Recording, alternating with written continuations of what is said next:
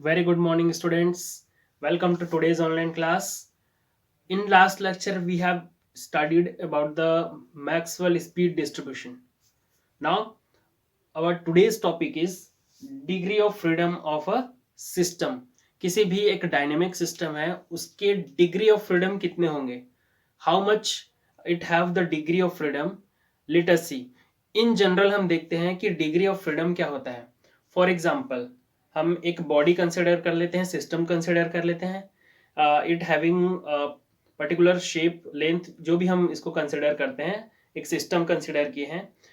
हम इसको N number of particles, it is composed of N number of particles, जो कि एक दूसरे के साथ एक फिक्स्ड वॉल्यूम में या एक फिक्स्ड शेप में क्या है, कॉम्पैक्टली डिस्ट्रीब्यूटेड है. नाउ इसका अगर हम पोजीशन मेजर या डिफाइन करना चाहें तो कैसे डिफाइन करेंगे?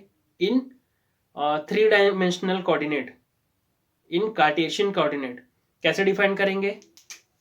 This is X Y and Z axis. किसी एक पॉइंट पर कोई एक सिस्टम है पॉइंट पी पर, तो इसको Y, X Y and Z के रिस्पेक्ट में हम एक कोऑर्डिनेट सिस्टम पर एक्स वाई जेड से ऐसे डिफाइन करते हैं. तो what is degree of freedom? Degree of freedom is the defined as the total number of coordinates. It is the total number of coordinates or independent quantities. Independent quantities मतलब अगर हम coordinates ले रहे हैं तो these coordinates do not depends upon each other. ये जो coordinates होंगे, जैसे for example in Cartesian coordinates x, y and z, these coordinates are parallel to each other but does not depends upon each other. अपने एक दूसरे के coordinates के साथ में, एक दूसरे के साथ में क्या इसका डिपेंडेंसी नहीं होता है. So it is the number of independent quantities या number of coordinates required to define the position and configuration of the system. किसी सिस्टम के पोजीशन और कॉन्फ़िगरेशन को डिफाइन करने के लिए जितने नंबर ऑफ कोऑर्डिनेट्स की आवश्यकता होती है, that is known as degree of freedom. It means कि अगर हम एक बॉडी को अगर हम डिफाइन करने के लिए हम तीन कोऑर्डिनेट्स ले रहे हैं, and this three coordinate should be independent quantities, एक दूसरे से डिपेंडेंट नहीं होना चाहिए. सो degree of freedom of this body will be 3. Late us see what is another definition of this degree of freedom is the number of it can also define as the total number of independent way. It is the total number of independent way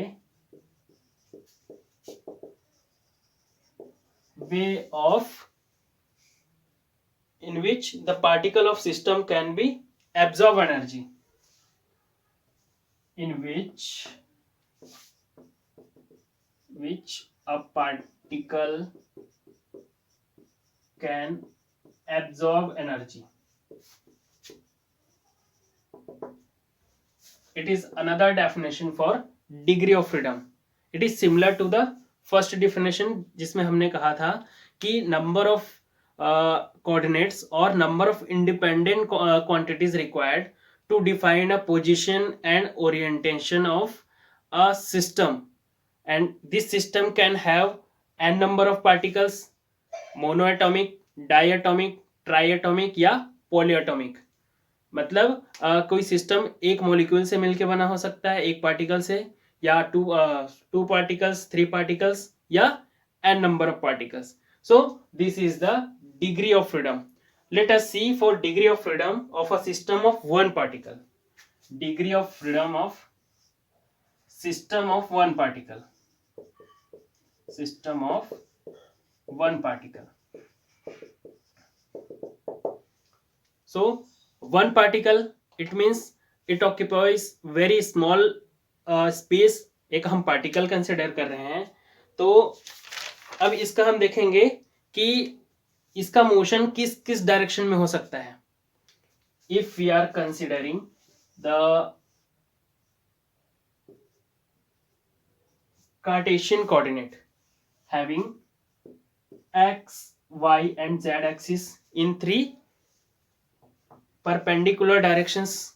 These are the three axes x, y and z. They are parallel to each other. So a particle system of one particle means a particle, it can moves in x direction. It can move in x direction means इसका orientation या इसका position हम किसके direction में निकाल सकते हैं, x direction में, and having translational energy in x direction translational energy. And what will be the translational energy of this particle in x direction will be E is equal to half mvx square, where vx is the speed of particle in x direction. Similarly, if the particle moves along a plane, we need to, for example, system in for the one particle, अगर ये किसी एक direction में define हो रहा है, then what is the degree of freedom of this particle which moves along a particular direction, या एक स्ट्रेट लाइन में मूव कर रहा है, इस एक डायरेक्शन में एक्स डायरेक्शन में मूव कर रहा है. सो डिग्री ऑफ फ्रीडम या इसको हम स्मॉल एफ से रिप्रेजेंट करते हैं, this will be 1. This is the first condition. If a particle moves in a straight line in one direction, एक ही डायरेक्शन में मूव कर रहा है, then degree of freedom is 1. If a system of one particle, मतलब एक system है एक particle का, अब ये किसी एक प्लेन में मूव कर रहा है.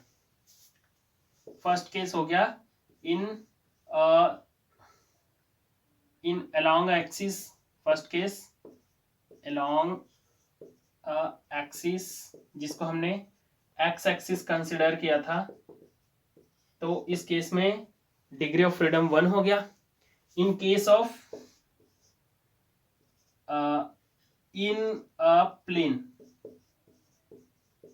अगर ये प्लेन में मूव करता है, so its direction can be defined in 2 axis with the help of 2 axis. अगर ये प्लेन में मूव कर रहा है, मान लेते हैं कि ये एक्स और वाई प्लेन में मूव कर रहा है, तो इसके कोऑर्डिनेट्स जो फिक्स होगा वो क्या होगा, वाई फिक्स होगा, जेड फिक्स होगा. बट हम इसका जो मोशन है या इसका जो डायरेक्शन ऑफ मोशन है, जिस प्लेन में मूव कर रहा है, उसके कोऑर्डिनेट्स के थ्रू क्या करेंगे, इसको डिफाइन करेंगे. So in a plane the motion of particle can be defined with the help of 2 coordinates. So degree of freedom of a one particle moving in a plane have 2 degree of freedom.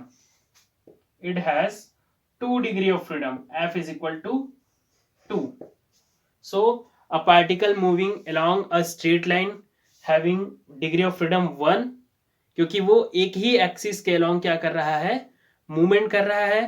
उसको define करने के लिए हमें सिर्फ एक ही coordinates की आवश्यकता होगी. Therefore the degree of freedom of a particle will be 1. If particle moves along a plane या ऑन द प्लेन, किसी प्लेन में मूव कर रहा है, तो उसको डिफाइन करने के लिए हमें 2 कोऑर्डिनेट्स की आवश्यकता होगी, एक्स वाई, वाई जेड या Z x. So degree of freedom of this particle will B 2. Now third one, in space मतलब अगर ये किसी भी रैंडम डायरेक्शन में मूव कर रहा है, तो किसी भी रैंडम डायरेक्शन में मूव करने के कारण इसके तीनों कोऑर्डिनेट्स चेंज होंगे, X Y and Z. So a particle system of particle having one particle, एक सिस्टम ले रहे हैं जिसमें सिर्फ एक ही पार्टिकल है, वो किसी भी डायरेक्शन में रैंडम मोशन कर रहा है, मींस उसके तीनों कोऑर्डिनेट्स चेंज हो रहे हैं, तो उसके पोजीशन और ओरिएंटेशन को डिफाइन करने के लिए हमें 3 कोऑर्डिनेट्स की आवश्यकता होगी. Then degree of freedom of this system will be 3. Degree of freedom of this system will be 3. So this is degree of freedom of a particle, or we can say system of a particle having particle 1 या single. Degree of freedom for the system of two particles. Degree of freedom of system of two particles. अब यहां हम single particle के लिए देखे थे. Let us see degree of freedom of system of two particles. दो particles हैं, हर एक पार्टिकल का इंडिपेंडेंटली अगर हम एक सिंगल पार्टिकल लेते हैं तो उसका डिग्री ऑफ फ्रीडम 6 होता है. तो यहां से हम दोनों के डिग्री ऑफ फ्रीडम को ऐड कर देंगे. So 3 + 3 is equal to 6. 6 will be the total number of degree of freedom of two particles, दो पार्टिकल्स. लेकिन हम देखेंगे कि अगर हम एक सिस्टम ले रहे हैं तो इन दोनों पार्टिकल्स के बीच में कुछ रिलेशन होगा.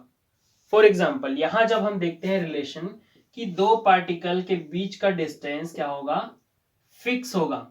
This distance is fix. It means ये इसका कांस्टेंट हो जाएगा. कांस्टेंट मीन्स, कांस्टेंट मतलब होता है कि एक पर्टिकुलर डायरेक्शन का या एक पर्टिकुलर सिचुएशन को मेंटेन करते हुए वो क्या करेगा, मूवमेंट करेगा. पर्टिकुलर कंडीशन को उस पर अप्लाई करते हुए क्या होगा, ये मूवमेंट करेगा. तो कंडीशन क्या होगा कि ये इन दोनों के बीच का डिस्टेंस कभी भी डिफरेंट ओरिएंटेशन में चेंजेस नहीं होंगे, हमेशा फिक्स रहेंगे. So this is the condition for the system of two particle. तो ये कंडीशन हो जाएगा दो पार्टिकल के बीच में एक, जिसको हम क्या बोलेंगे, इंडिपेंडेंट कोऑर्डिनेट. तो यहां से total degree of freedom of a system of two particle कितने हो जाएंगे, 6 - 1 is equal to 5, because 1 is the independent coordinate which specify the orientation of these two particles, जो कि किसी दोनों कोऑर्डिनेट्स के ऊपर डिपेंड नहीं करता है, but depends upon the relative position between this two particles. इसका ओरिएंटेशन x1 y1 z1 है, इसका ओरिएंटेशन x2 y2 z2 है. बट इन दोनों के बीच दोनों ओरिएंटेशन को छोड़ के एक ओरिएंटेशन ये भी है कि इन दोनों एक फिक्स्ड पोजीशन पर है. तो उसी फिक्स्ड पोजीशन को हम इंडिपेंडेंट कोऑर्डिनेट बोलते हैं या इंडिपेंडेंट रिलेशन बोलते हैं. तो यहां से 6 - 1 is equal to 5. This is the degree of freedom of system of two particles. सो हम फॉर्मुलेशन करेंगे. Degree of freedom of n particles.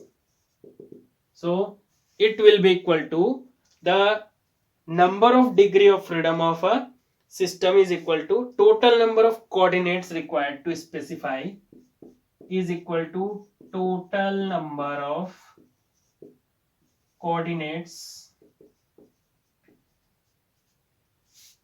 required to specify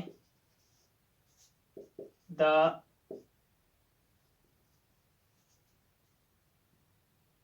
constituents of या constituent particles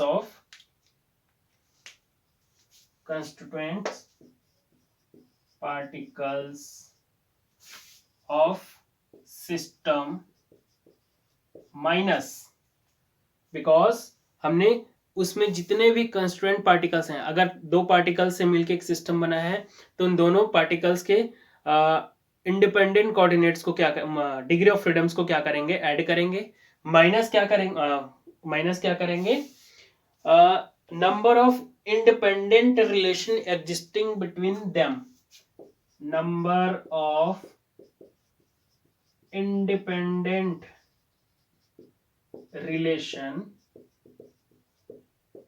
existing between them. So अगर हम consider कर लेते हैं degree of freedom is equal to F. So this will be is equal to 3n - k. This is degree of freedom small f is equal to 3n minus k, where n is, what is n? N is total number of particles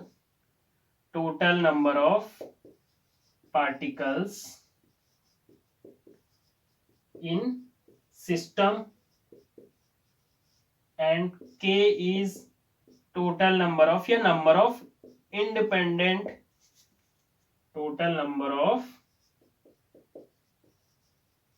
independent relation, या इसको हम coordinate भी बोल सकते हैं. This is the degree of freedom of system of particle having n particles in it. Let us see degree of freedom of rigid body. rigid body का क्या हो जाएगा? अगर एक बॉडी है जिसमें n नंबर ऑफ पार्टिकल्स हैं लेकिन रिजिड है मतलब सभी पार्टिकल्स का एक दूसरे के साथ में जो ओरिएंटेशन होगा या डिस्टेंस होगा वो क्या होगा? फिक्स होगा. A rigid body of a finite size can have both translational and rotational motion. Both of these motion can resolve into three mutual perpendicular components. Hence, rigid bodies has 6 degree of freedom. Rigid body.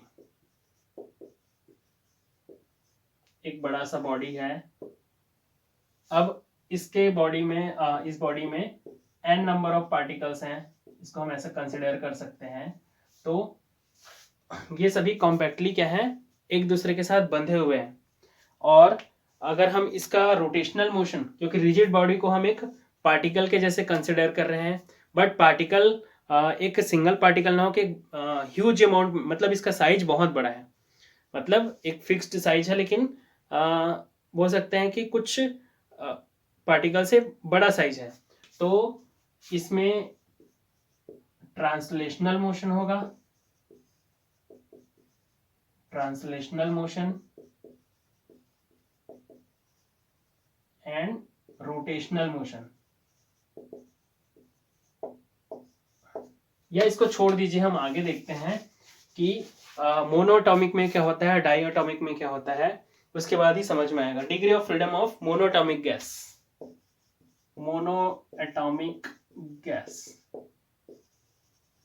अब monoatomic gas लेते हैं. कोई एक monoatomic gas है. Monoatomic gas में क्या होता है कि जो पार्टिकल्स, एक सिंगल पार्टिकल है, single particle can move in a particular direction. तीनों अगर हम तीन एक्सिस से डिफाइन करते हैं तो it can move in a 3 direction. 3 direction में मूव कर लेंगे, X, Y and Z. But और इसका जो काइनेटिक एनर्जी हो जाएगा तीनों डायरेक्शन में, half M V X square plus half M V Y square plus half M V Z square. तीनों डायरेक्शन में इसके कुछ काइनेटिक एनर्जीज होंगे. अब हम देखेंगे कि ये इसके 3 डिग्री ऑफ फ्रीडम हो गए, 3 degrees of freedom. And it can also rotate, या it can also moves like a rotational motion. इसका रोटेशनल मोशन भी हो सकता है. But in case of rotational motion हम एक सिंगल पार्टिकल को हम क्या करेंगे? रोटेट कराएंगे. तो उसमें कुछ एनर्जी लगेगी, that is known as rotational kinetic energy. These are the translational kinetic energy. और रोटेशनल काइनेटिक एनर्जी का फॉर्मूला होता है half I omega square, and I is the moment of inertia. Moment of inertia कब होता है? जब हम किसी बॉडी को रोटेट कराते हैं तो उस बॉडी का जो सेंटर ऑफ मास होता है वो जिस एक्सिस ऑफ रोटेशन से, अगर ये एक्सिस ऑफ रोटेशन है तो यहां से इसके बॉडी का जो मास होगा वो कंसिडरेबली कुछ अमाउंट में होगा, और ये इसका डिस्टेंस होगा उसके एक्सिस ऑफ रोटेशन से उसके सेंटर ऑफ मास का कुछ, या उस कंप्लीट मास का कुछ डिस्टेंस होगा. तो हम देखेंगे कि इसमें कुछ वैल्यू आती है आई की. लेकिन इन केस ऑफ मोनोएटॉमिक गैस जो रोटेशनल काइनेटिक एनर्जी होता है वो नेग्लिजिबल होता है. मतलब ये कंसिडर करते हैं कि ये रोटेशनल काइनेटिक एनर्जी इसका 0 होता है. तो in case of monoatomic gas the degree of freedom will be 3, क्योंकि this monoatomic gas have three directional या 3 डायरेक्शन में ट्रांसलेशनल मोशन होता है, X Y and Z direction में. So degree of freedom, for example हम formula से भी देख लेते हैं कि 3n माइनस के. ये सिंगल है, इसके इंडिपेंडेंट रिलेशन किसी दूसरे पार्टिकल के साथ में, क्योंकि ये सिंगल मोनोएटॉमिक गैस है तो उसका किसी और दूसरे के साथ में कोई रिलेशन नहीं है. तो k will be 0 and 3 will be n will be 1 because n is the number of particle in the system. So degree of freedom of monoatomic gas is 1. Now for degree of freedom of diatomic gas. Diatomic gas, H2, O2, N2, all these are diatomic gases. Diatomic gases में 2 atoms होते हैं और कुछ due to the formation of bond, उसका कुछ bond length होता है और एक फिक्स होता है. तो ये क्या करेंगे कि it have a 3 dimensional motion. ये तीनों डायरेक्शन में कहीं भी मूव कर सकते हैं, X and Y and Z direction में. सो दिस 2 पार्टिकल्स हैव, या तो यहां से हम डायरेक्टली कैलकुलेट कर सकते हैं कि 3 + 3 = 6, और इन दोनों के बीच का जो एक रिलेशन बन रहा है तो यहां से 6 - 1 = 5. सो डायटोमिक के केस में we have a 5 degree of freedom. लेकिन इसको और इस तरीके से समझते हैं कि इन दोनों का ट्रांसलेशनल मोशन हो रहा है, इसका भी ट्रांसलेशनल मोशन हो रहा है, और इन दोनों पार्टिकल का ट्रांसलेशनल मोशन होगा तो दोनों पार्टिकल्स के क्या होंगे, मतलब एक कॉम्पैक्टली कंपोजिटिवली डायटोमिक है, और diatomic gas X Y and Z direction में ट्रांसलेशनल मोशन कर सकते हैं. So there are 3 translational motion in X Y and Z direction. Translational motion. अब हम इसका नेक्स्ट रोटेशनल मोशन की बात करते हैं. रोटेशनल मोशन तो हम देखेंगे कि कोई सिस्टम ऑफ पार्टिकल डायटोमिक है, तो डायटोमिक हम डायटोमिक मान लेते हैं. यहाँ पर एक एटम है और एक यहाँ पर एक एटम है. अब ये मूव करेंगे, ये हम यहाँ पर इसको एक्स एक्सिस ले लेते हैं, this is X axis, this is Y axis, and इसको हम ले लेते हैं जेड एक्सिस. तो हम यहाँ देखेंगे कि अगर हम वाई एक्सिस के अबाउट वाई एक्सिस हम क्या जब रोटेट करेंगे तो कैसे रोटेट होगा, ये इस तरीके से रोटेट होगा. This is the motion of diatomic system within axis of Y axis पर क्या हो कर रहा है, ये इस तरीके से रोटेट करेगा. तो इसके 2 पार्टिकल्स 2 एटम्स इस तरीके से यहाँ पर फिक्स हैं, और उसका जो एक्सिस ऑफ रोटेशन है वहां से कुछ डिस्टेंस मेंटेन करेगा, उसके कारण उस पर मोमेंट ऑफ इनर्शिया आएगा और रोटेशनल काइनेटिक एनर्जी कुछ वैल्यू आएगी. Similarly in case of in Z direction, ये तो हो गया था वाई एक्सिस पर, है ना, क्योंकि वाई ऐसे था. अब जेड इस तरीके से है, perpendicular to in front of you, तो सामने के डायरेक्शन में है, तो ये रोटेशन करेगा इस तरीके से अबाउट द वाई एक्सिस के अबाउट क्या करेगा, रोटेशन करेगा. इस केस में भी क्या होगा कि जो कुछ डिस्टेंस आर की वैल्यू होगी, ऐसे जो पार्टिकल्स हैं यो ऐसे रोटेट कर रहे हैं, तो उसमें कुछ डिस्टेंस होगा R centre axis of rotation से, उस मास का कुछ डिस्टेंस होगा उस पार्टिकल के मास का, उसके कारण मोमेंट ऑफ इनर्शिया कुछ वैल्यू आएगी और रोटेशनल काइनेटिक एनर्जी होगी. अब इन case of in the rotation about the x axis, तो एक्स कैसे है, ऐसे है, ये हो गया, ये 2 पार्टिकल्स यहाँ पे और यहाँ पे हो गए. अब ये एक्स अबाउट एक्स एक्सिस के मोशन करेंगे, रोटेशनल मोशन या स्पिन मोशन बोल सकते हैं. तो ये ऐसे मोशन कर रहे हैं, तो जो एटम्स हैं वो वहीं पर फिक्स है और वहीं पर स्पिन मोशन कर रहे हैं। तो इस रोटेशन में अबाउट द एक्स एक्सिस जो रोटेशनल काइनेटिक एनर्जी है उसकी वैल्यू नेग्लिजिबल होगी या जीरो होगी, तो हम इसको नेग्लिजिबल मान के कंसिडर नहीं करते हैं। तो यहां से हो जाएगा 3 degree of translational motion, 3 degree of freedom कहां से आएगा, ट्रांसलेशनल मोशन से, about X in the direction of X Y and Z, and 2 degree of freedom from rotational kinetic energy, कहां से, फ्रॉम द रोटेशनल मोशन, क्योंकि ये about Z और about Y दोनों के about the axis of Z axis about the Y axis, इन दोनों के अबाउट क्या करेगा, ये रोटेशन करेगा, उसके कारण इसके डिग्री ऑफ फ्रीडम 2 इस पे और ऐड हो जाएंगे, तो 3 + 2 = 5। This is the degree of freedom of diatomic molecule. अगर हम फॉर्मूला में जाएंगे तो फिर वही होगा, F = 3n - k। अब डायटोमिक मॉलिक्यूल को हम कैसे रिप्रेजेंट करते हैं, ये डायटोमिक मॉलिक्यूल हो गया और इन दोनों के बीच में एक फिक्स डिस्टेंस है, तो k की वैल्यू क्या हो जाएगी, 1, और यहाँ पर 3 × 2 - 1 = यहाँ से 5। So degree of freedom of diatomic molecule या diatomic gas is 5 in case of normal temperature. This is the case of normal temperature, and when we increase the temperature of this system, अगर हम इसके temperature को increase करते हैं तो 2 degree of freedom will be added corresponding to the vibrational motion. Listen carefully. At room temperature या at normal temperature हमने जो डिग्री ऑफ फ्रीडम निकाला था वो कितना है, degree of freedom of diatomic, this will B 5, but at high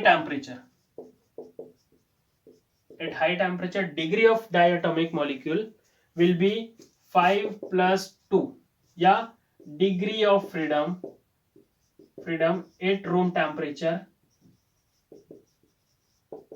+2.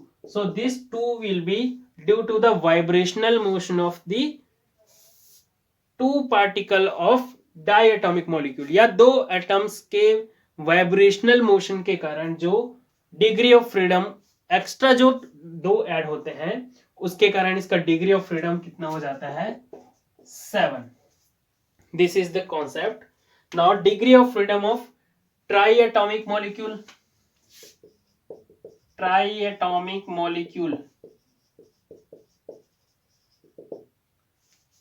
Molecule में 2 types के गैसेस मॉलिक्यूल्स बन सकते हैं। First is linear and second is non linear. How they are, let us see. हम फर्स्ट ऑफ ऑल देखते हैं linear molecule. First of all हम देखते हैं लीनियर मॉलिक्यूल। तो लीनियर के केस में क्या होगा, we are having triatomic molecule या ट्राइएटॉमिक गैस, ये एक लीनियर पोजीशन पे with respect to each other एक स्ट्रेट लाइन पर क्या होंगे, ओरिएंटेशन होगा इनका। तो यहां पर ये k = ये फर्स्ट एंड ये 2, सो k will be here 2, so degree of freedom will B 3n - k = 3 × 3 - 2, 3 × 3 will be 9 - 2 = 7. So degree of freedom of linear triatomic molecule will be 7. Or in case of non-linear molecule,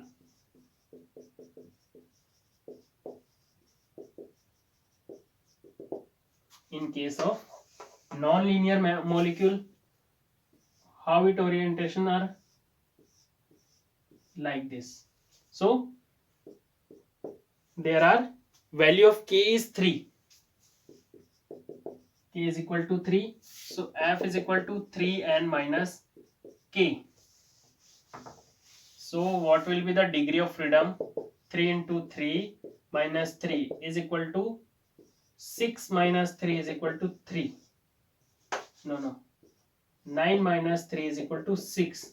This will be degree of freedom of triatomic molecule having non-linear orientation. So these are the degree of freedom of n number of particles.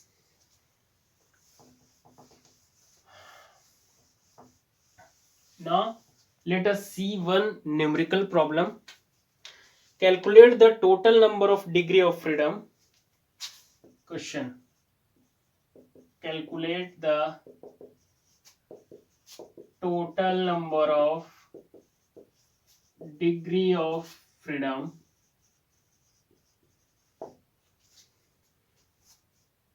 possessed by the molecules in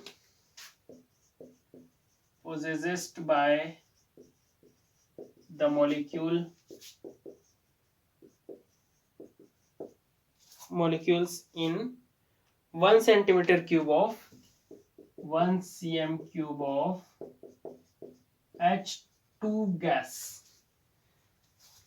8 ntp, normal temperature and pressure. We have to calculate the number of degree of freedom of H2 gas. So 1 centimeter cube, this is volume of gas molecule, H2 gas molecule. Number of molecules of H2 gas,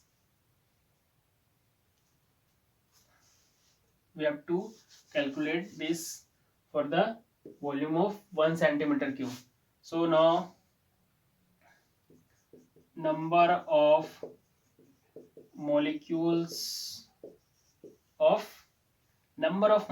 of H2 gas 8 ntp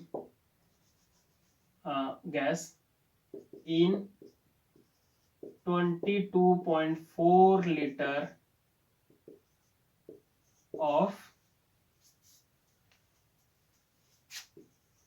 gas या 22.4 litre hydrogen gas है, उसमें total number of molecules कितने होंगे?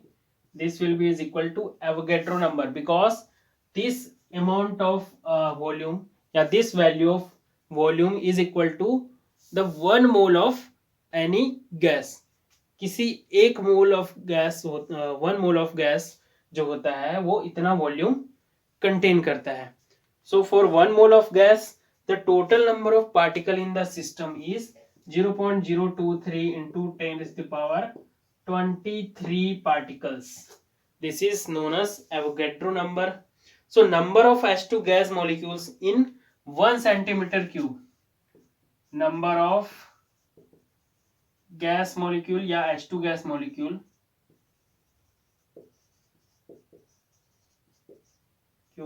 in 1 centimeter cube.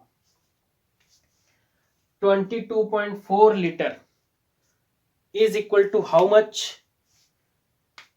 22.4 liter.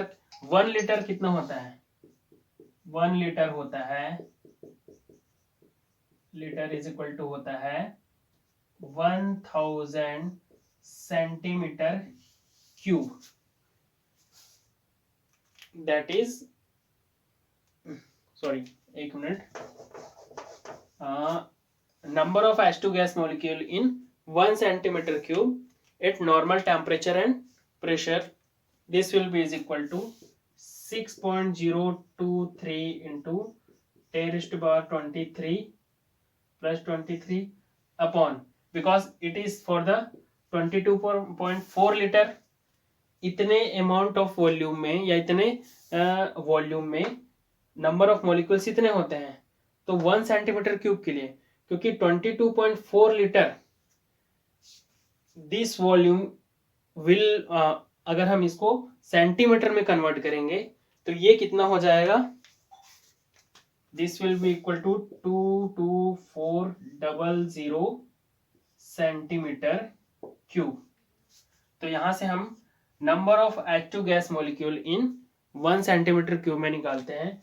तो यहां से आएगा आपका 2.6875 into 10 raised to the power how much 90. This is number of particles in 1 centimeter cube. 1 centimetre cube में इतने अमाउंट में क्या हो, मतलब इतने नंबर ऑफ पार्टिकल्स क्या होंगे, कैरी करेंगे. Now number of degree of freedom associated with each H2 molecule. एक H2 मॉलिक्यूल के क्योंकि ये डायटोमिक मॉलिक्यूल है, तो डायटोमिक मॉलिक्यूल का डिग्री ऑफ फ्रीडम कितना होता है, 5. तो एक H2 मॉलिक्यूल का डिग्री ऑफ फ्रीडम कितना है, 5 है. तो since degree of freedom of H2 molecule is 5, so the number of H2 molecule is this much. So total number of degree of freedom, total number of degree of freedom is equal to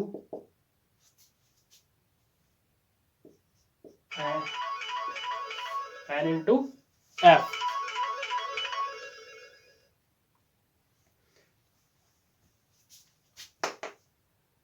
Number of molecule in the system into degree of freedom. So this is 5 into 2.6875 into 10 is the power 19. And by calculating this, we will get how much, 1.375 into 10 is the power 20. This will be the degree of freedom of H2 molecule in 1 centimeter cube.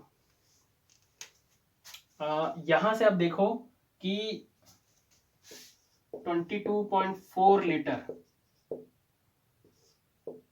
जब हम इसको centimetre में convert किए थे कितना आया था, 22400, because 1 litre is equal to 1000 centimetre cube. So 22.4 liter will be 22.4 into 1000. How much? 400 centimetre cube. तो इस तरीके से हमने इसको वॉल्यूम को सेंटीमीटर क्यूब में चेंज किया था. सो this is the degree of freedom of system of n particles. n particles का कोई सिस्टम है, उसके डिग्री ऑफ फ्रीडम कितने होंगे, we can calculate with this short formula, that is equal to f is equal to 3n minus k, where n is the total number of particle in the system and k is the number of independent relation between the system of particles. So that's all for today's online class. Thank you. Keep studying. Be well.